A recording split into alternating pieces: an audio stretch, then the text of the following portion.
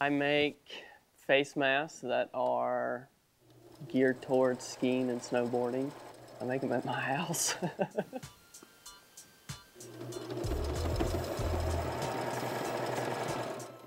I get really cold up there. I'm always battling either freezing my hands, freezing my feet, and my face was freezing from riding down the run.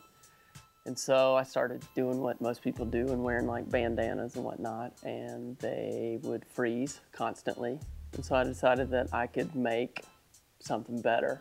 This one, as you can see, is kind of based off of the shape of what you would do with a bandana, which is fold it in half, you know, diamond shape, fold it in half, and then you tie the backs around the back of your head. Even if I make them fleece lined, the moisture from your breath, if it's, you know, getting on the inside of the mask, it's still going to build up. I switched to thinking about making some kind of a breathing hole so that at least some of the moisture from your breath can escape and not build up on the inside of the mask, which just led me to the design that I have now, which is a netted hole with a cover so that it still kind of hides and blends into the actual mask and has an opening at the bottom.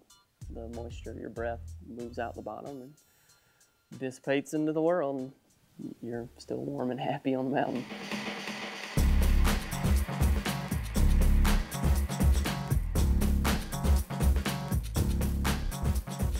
Yeah, I mean, ultimately it comes down to Neff makes face masks that have, I mean, I'm sure they're all right, but I mean, if you want to look like Mr. T or the Nutcracker, go for it, but I don't want to look like that.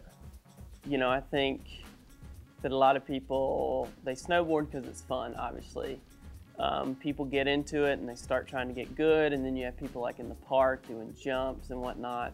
A lot of that has to do with style. People want good style when they're doing their tricks. They want to look good when they do their tricks. And then at the same time, if you look at snowboarding at this point, it's become a fashion show, really. I mean, there's so many companies out there that make so many, you know, jackets, pants, and they make them normal looking to the craziest looking designs that you can possibly think of.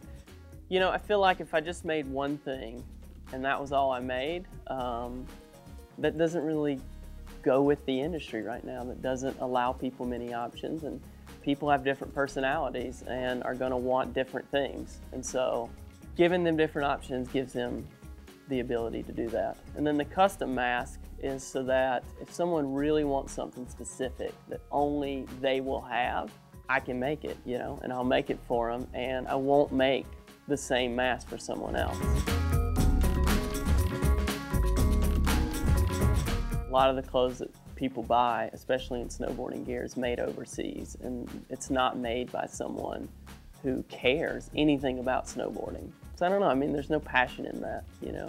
And I personally feel like if I hadn't have done this and I found out that someone had made something exactly like this and the same thing, I would order from them just because I'd want something original, and I'd want to support someone doing something that I think is awesome, you know, starting up something by themselves and doing something really small.